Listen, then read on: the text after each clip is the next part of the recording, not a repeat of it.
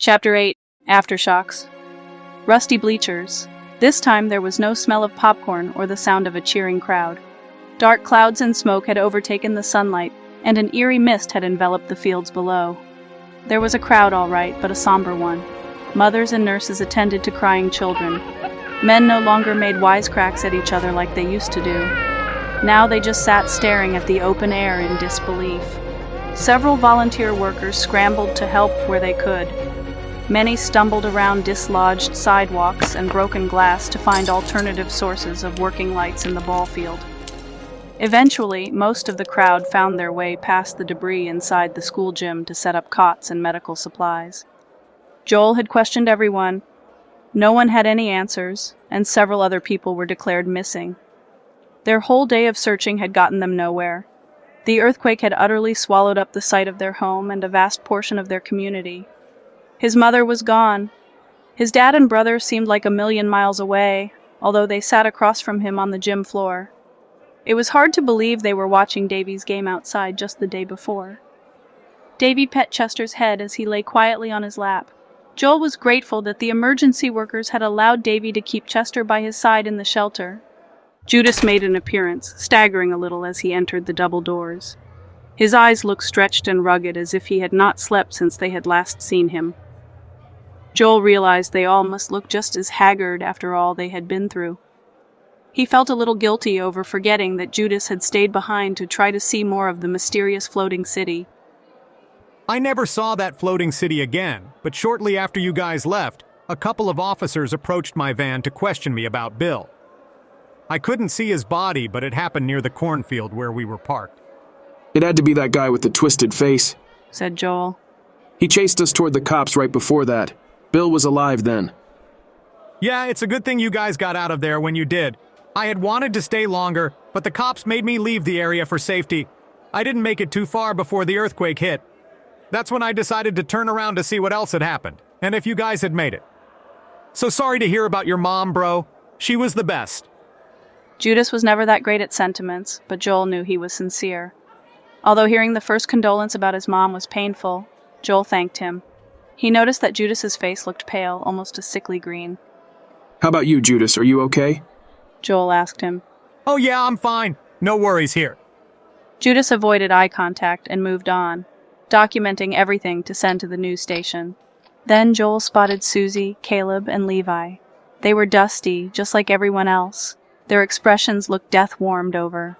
Susie's dark hair looked like it had faded into gray overnight. She and Caleb stared blankly ahead, not noticing when Joel approached them at first. Levi had laid his head on Susie's lap, curling up like a small child. Joel attempted to talk with them about Bill's death, but they shook their heads. Now that this disaster has happened, we probably won't have much help finding out anything about Bill's death, Susie said wearily. Caleb's eyes widened. Dad's face. It was all twisted and mangled. He began, but when Levi started crying, he stopped talking about it. His mother's face became even paler.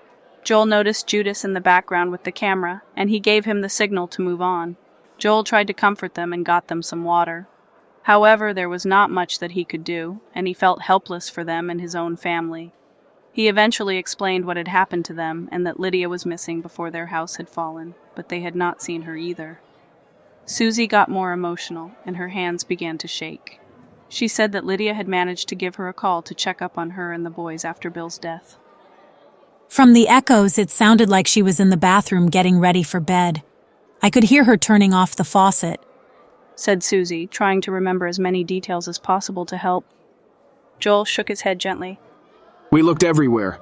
There was no sign of her in there or anywhere in the house during the earthquake. They knew that she would not panic and hide. Lydia would be the first person to help them all evacuate during an emergency. If she could, she would be at the shelter helping everyone, especially with her background in nursing. Perhaps a small section of the house had prematurely given way where Lydia had been, but it was impossible to know now that the massive sinkhole had swallowed the whole structure. They were at a loss as to what could have happened, so Joel headed back to Daniel and Davy.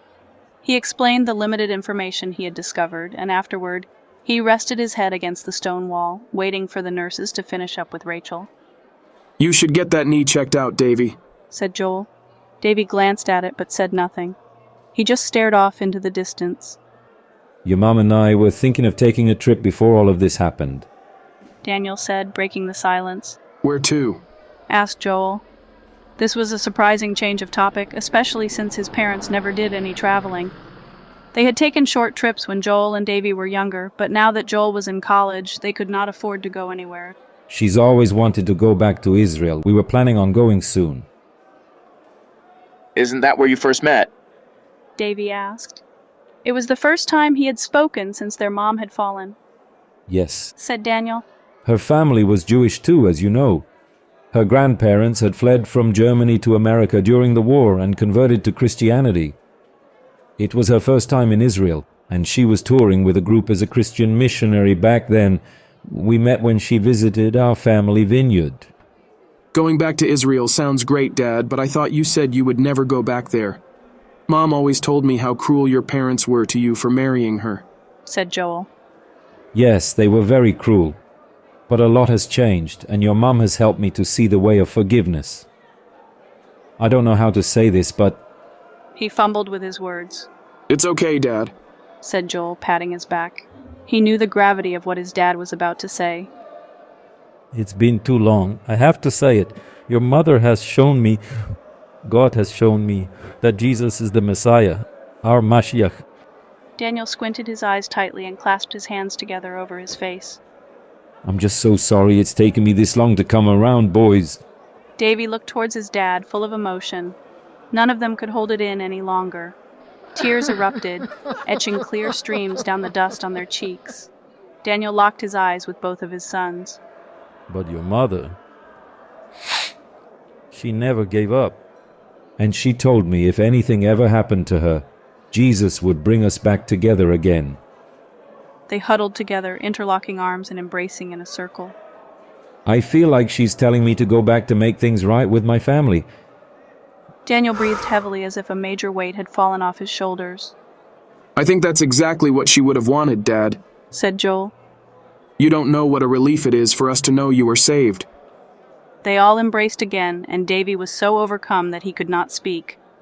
Rachel was in recovery behind a makeshift curtain, and an older nurse approached Joel to give her report. She stopped short as she saw they were having a moment, and nearly everyone in the shelter noticed it. Many had become emotional as well, and several had started to pray. Joel saw the nurse and motioned for her to come ahead. Rachel will be just fine, Joel, she said softly. Only a concussion, but she must rest for a while. She will not need any stitches. How are all of you holding up? Better now, Joel said, smiling at their dad. You can come back now if you want, said the nurse. Joel clasped his dad's hand tightly, and Daniel patted his back. Then Joel got up and bent back the curtain where Rachel was lying on a cot. There's my Rach. He bent over and gently kissed her forehead. Rachel smiled slightly with concern. Any word about your mom? Has anyone seen her? Nothing. Said Joel with his head down. Rachel held Joel's hand tenderly. But Dad just confessed his belief in Jesus being the Messiah. Despite his sorrow over his mom, he could not keep a smile from invading his lips over his dad's salvation. I'm so sorry about your mom, but glad for your dad. I know you all have waited for his conversion for so long. Yes, I'm sure she would be smiling right now. She had waited her whole life. Well, we all had to witness Dad's salvation. Thank the Lord for that, said Rachel, her eyes brightening. She offered a moment to pray. They bowed their heads, clasped their hands, and thanked God for his saving grace. Joel noticed how cold her hands had become. Once they finished, Joel carefully placed an extra blanket over Rachel. He also began to wonder about her parents. Are the phones working? Yes, my mom and dad are on their way here. Their flight comes in tomorrow morning. Good. How long has it been since you've seen them? Rachel hesitated. About 4 months. You mean that you've been living alone since before I went to my internship? Rachel, why didn't you tell me? I didn't want you to worry while you were away in St. Louis. Besides, I had been staying busy with my online classes to finish this semester. Now I can't stand the thoughts of being alone, especially without you. A slight rumbling noise under the floor made everyone pause, but it subsided after a few seconds. Then Rachel's phone began to ring. It was her mom. Rachel, where have you been? We've been trying to reach you. Mom, you know where I have been, lying in the gym. The phones must have... Our flight's been cancelled. What? Rachel turned on the speakerphone for Joel to hear. Her dad grabbed the phone from her mother. Rachel, the whole United States is in a state of emergency, honey. It's not just the states along the New Madrid fault line. Earthquakes and sinkholes have popped up all over the country, and there are concerns about Yellowstone. Authorities have tried to keep it quiet, but it can no longer be ignored. We have connections with several officials who have witnessed it firsthand. They think that it could blow at any time, and they are about to cancel all flights coming into America. Flights are still going out, but who knows for how long. Everyone will be starting to evacuate at once. We want you to board a flight to Israel and join us immediately. Travel is already nearly impossible with Passover beginning tomorrow evening. What about Joel and his family? I can't just leave them behind. Bring them too. We can pay for the tickets and get it all arranged. Her dad said quickly. Rachel could feel her mother's eyes roll from behind the phone. You all just need to get out of there.